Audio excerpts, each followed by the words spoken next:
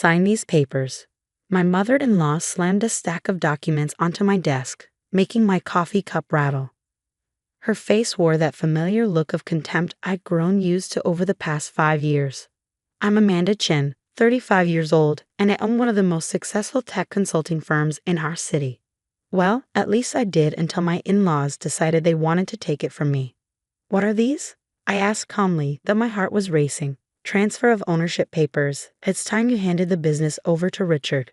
He has an MBA, and know how to run it properly. Richard, my brother-in-law. The golden child who'd never worked a day in his life, but somehow believed he deserved everything handed to him. I looked at my husband, Tom, who stood quietly in the corner of my office. His silence spoke volumes. After 12 years of marriage, he still couldn't stand up to his mother. This is my company, I said firmly. I built it from nothing. My mother-in-law laughed, that shrill, condescending laugh that always made my skin crawl. Oh, please. Everyone knows your grandfather handed you the seed money. You just got lucky. Besides your family now, and in this family, the men handle the business decisions. I thought back to my grandfather, who passed away 6 months ago. He was more than just my grandfather. He was my mentor, my inspiration. Yes, he had helped me start my business, but not in the way they thought. Margaret, I addressed my mother-in-law. I won't be signing anything. She straightened her designer blazer, her perfectly manicured nails tapping impatiently on my desk. You ungrateful little. Do you know how much we've done for you?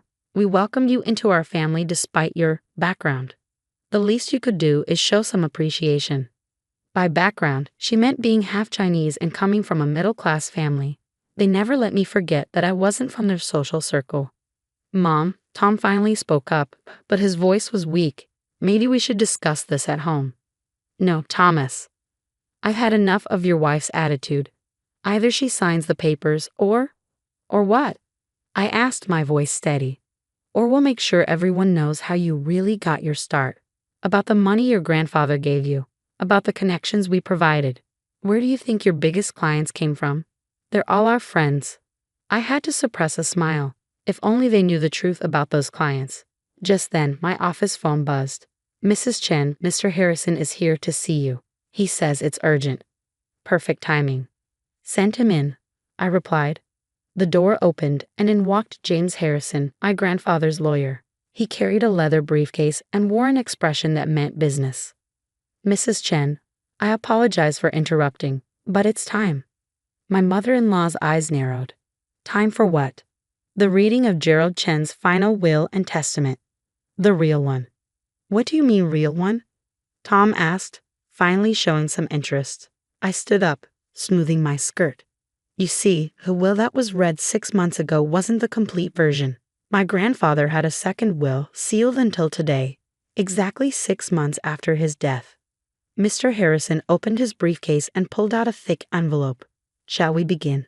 My mother-in-law's face had lost some of its color, but she quickly recovered. This is ridiculous. We're in the middle of an important business discussion. Oh, you'll want to hear this, I said, finally allowing myself a small smile. It's about the business after all. As Mr. Harrison began to read, I watched the color drain completely from my in-laws' faces, because what they were about to learn would change everything, not just about my business, but about every assumption they'd made about me for the past 12 years. My grandfather's final gift to me wasn't just money or property. It was something far more valuable. The truth about who really owned what in this family and how deep the connections really went. And as the lawyer continued reading, I realized this was just the beginning of a much bigger storm that was about to hit the Chen family.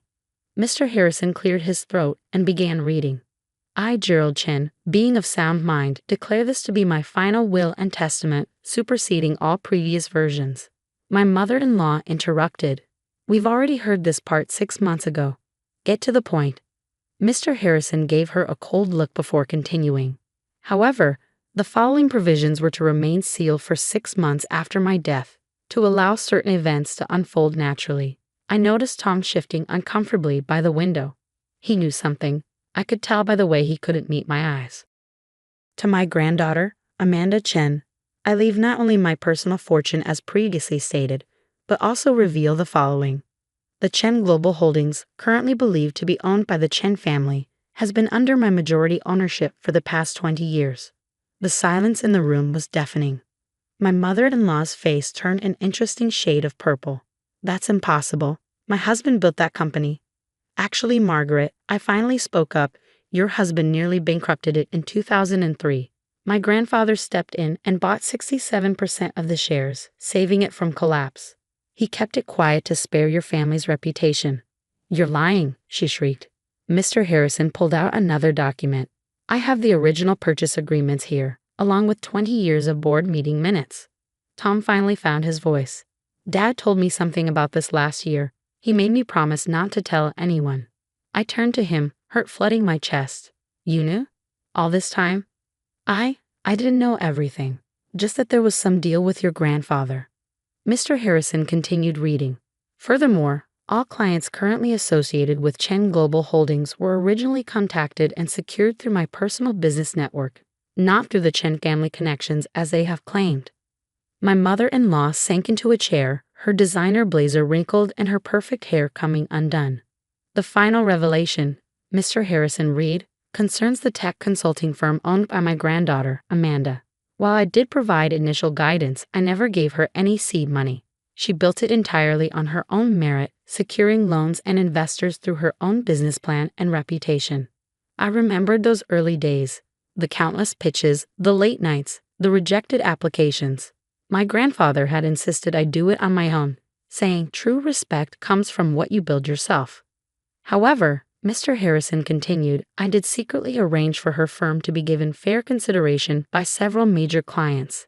The same clients the Chen family has been taking credit for providing. I wanted to see if she could maintain and grow those relationships on her own merit. The results speak for themselves. Richard burst into the office then, his face red with anger. This is ridiculous. You can't just come in here and claim our family company. I stayed calm. The ownership documents prove everything. Your father has known the truth for 20 years. Dad would never. Your father signed the papers himself. Mr. Harrison interjected, pulling out more documents. In fact, he left additional instructions to be revealed today. He produced another envelope. This letter is from Howard Chen, written 3 months ago. My mother-in-law's head snapped up. Howard wrote a letter.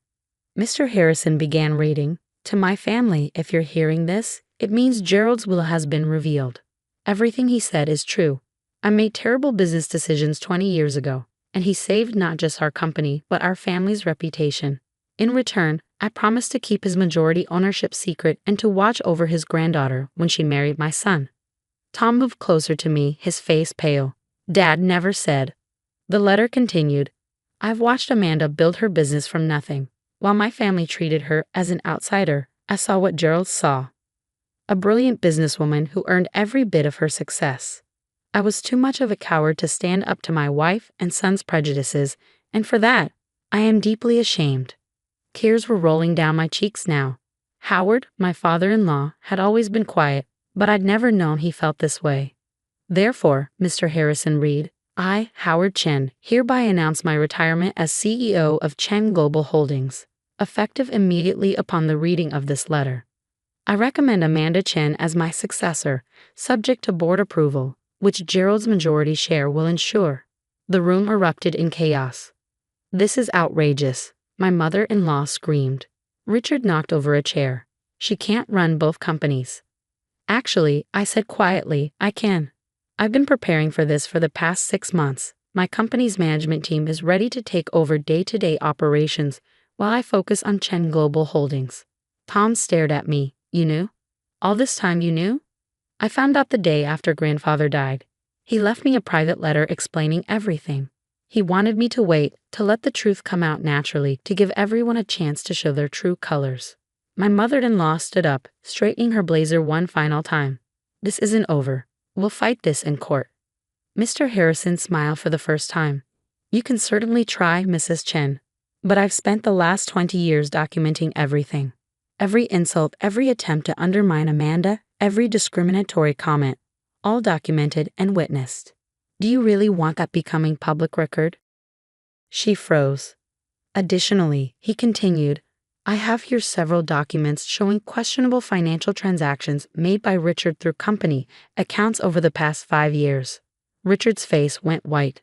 Those were approved expenses. Personal vacation homes and luxury cars charged to the company. I doubt the IRS would agree. Tom finally stepped forward, standing beside me. Enough. Mom, Richard, it's over. Amanda has earned this. You're taking her side? Richard spat. After everything we've done for you. Yes, Tom said firmly. For the first time in our marriage, I'm doing what I should have done years ago. Supporting my wife. My mother-in-law grabbed her designer bag. I won't forget this betrayal. Any of it. She stormed out, Richard following close behind. When they were gone, Tom turned to me. I'm so sorry, Amanda. I knew bits and pieces, but I never. I held up my hand. We'll talk about this later. Right now, I have a company to run. 2 companies, actually.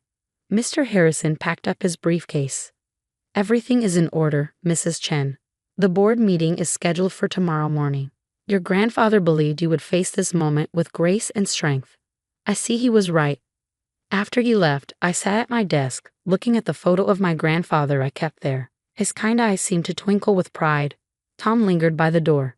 What happens now? I picked up the ownership transfer papers his mother had brought in and dropped them in the shredder. Now we see who in this family is strong enough to accept change. As I watched the papers turn to confetti, I couldn't help but smile. My grandfather had given me one final lesson about business, family, and the price of truth. But this was just the middle of the story. Because tomorrow, I would walk into Chen Global Holdings as its new CEO, and that's when the real challenge would begin. The next morning, I stood in front of the mirror, adjusting my suit jacket. Today would change everything. Are you ready? Tom asked from the doorway. I've been ready for 6 months, I replied, picking up my briefcase.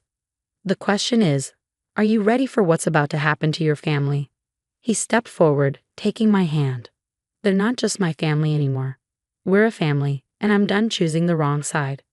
The drive to Chen Global Holdings was tense. Security had already been notified about the change in leadership, and as we pulled up to the executive parking area, I saw Richard's car was already there. He's not going to make this easy, Tom warned. Good, I said, stepping out of the car. I didn't build my own company by taking the easy path. The boardroom was full when we arrived. 12 board members, all men over 60, sat around the massive mahogany table. Richard and my mother-in-law sat at one end, while Howard Chen, my father-in-law, sat quietly at the other. Mr. Harrison was already there, documents spread before him. You can't seriously be considering this, my mother-in-law was saying as we walked in. She'll destroy everything we've built. Everything you built? Howard's quiet voice cut through the room. It was the first time I ever heard him speak up against his wife. Margaret, it's time for truth. We almost lost everything 20 years ago because of my poor decisions. Gerald Chen saved us. And now his granddaughter will save us again. Howard, she gasped. No, Margaret, I've been quiet too long. He stood up, addressing the board. Gentlemen, I fully support Amanda Chen as the new CEO of this company. She has proven herself not just as a successful business owner, but as someone who understands the modern market in ways we failed to grasp. Richard slammed his hand on the table. This is insane. She's not even a real Chen. Actually, Mr. Harrison interjected, according to these documents, she has more right to the Chen name than you do, Richard. Would you like me to explain why? Richard's face went pale. He knew what those documents would reveal about his own business dealings. The board chairman cleared his throat. We've reviewed the ownership documents and Howard's recommendation. Given Gerald Chen's majority share and his explicit wishes, combined with Mrs. Chen's proven track record in the tech sector, I believe we should proceed with the vote. My mother-in-law stood up. If you do this, you'll regret it. I know things about this company, about all of you. Mom, Tom interrupted. Stop. Don't make this worse. Worse? She laughed hysterically. Your wife is stealing our company. No, I finally spoke. I'm saving it. Again, would you like to see the company's current financial reports? The ones Richard has been hiding from the board? Richard jumped up. You can't prove anything. Actually, Howard said, pulling out a USB drive, I can. I've been gathering evidence for months. Did you really think I wouldn't notice the money you were funneling to your private accounts? The board chairman's face darkened. What money? Over the next hour, the truth came out. Richard had been embezzling funds, hiding losses, and falsifying reports. My mother-in-law had been aware but kept quiet, using the information to blackmail her way into more control. When the vote came, it was unanimous. I was named CEO of Chen Global Holdings, effective immediately. Your first act should be calling the authorities, one board member suggested, glaring at Richard. No, I said firmly. My first act will be offering Richard and his mother a choice. Everyone turned to look at me. Option 1. You both resign quietly, sign non-disclosure agreements, and I don't pursue criminal charges for the embezzlement. You'll retain your personal shares but have no operational control.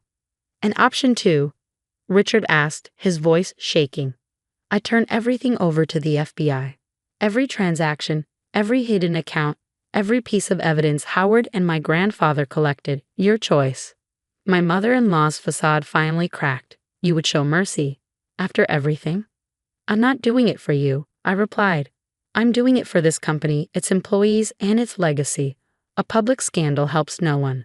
It took option 1, of course. Richard and my mother-in-law left the building that day, never to return. The press release simply stated they had chosen to pursue other opportunities. Over the next year, I reorganized both companies, merging my tech consulting firm's innovation with Chen Global's resources. Profits doubled. Employee satisfaction soared. The board's initial skepticism turned to wholehearted support. Tom found his own path too, starting a charitable foundation that helped immigrant entrepreneurs, his way of making amends for his family's past behavior. Howard became one of my closest advisors, his quiet wisdom helping me navigate the challenges of running a major corporation. He and Tom rebuilt their relationship on a foundation of truth rather than fear. My mother-in-law moved to Florida, where she apparently tells anyone who will listen that she retired early to enjoy the sunshine. Richard took a job with a small firm in another state, humbled by his fall from grace. As for me, I kept my grandfather's photo on my desk, both at the office and at home. His final gift wasn't just the company, it was the chance to prove that success doesn't come from family names or connections, but from hard work, integrity, and the courage to stand up for what's right. Last week, as I sat in my grandfather's old office, my office now, Tom brought our daughter by after school. She's 7, and already shows the same determination I had at her age. Mommy, she asked, looking around the big office, will I run the company someday? I smiled, thinking of my grandfather's words. True respect comes from what you build yourself. That's up to you, sweetheart, I told her. You can run this company, start your own, or do anything else you dream of. The most important thing is to do it your way, with integrity and strength. She nodded solemnly, then brightened. Like you did. Yes, I said, hugging her close. Exactly like that. After they left, I looked out over the city skyline, thinking about how much had changed in just 1 year. Sometimes the hardest battles aren't fought in boardrooms or with lawyers, but within families where love and duty clash with truth and justice. But in the end, the truth always comes out. And when it does, you find out who really deserves to be called family. Thanks for watching. Like and subscribe for more stories. See you in the next video.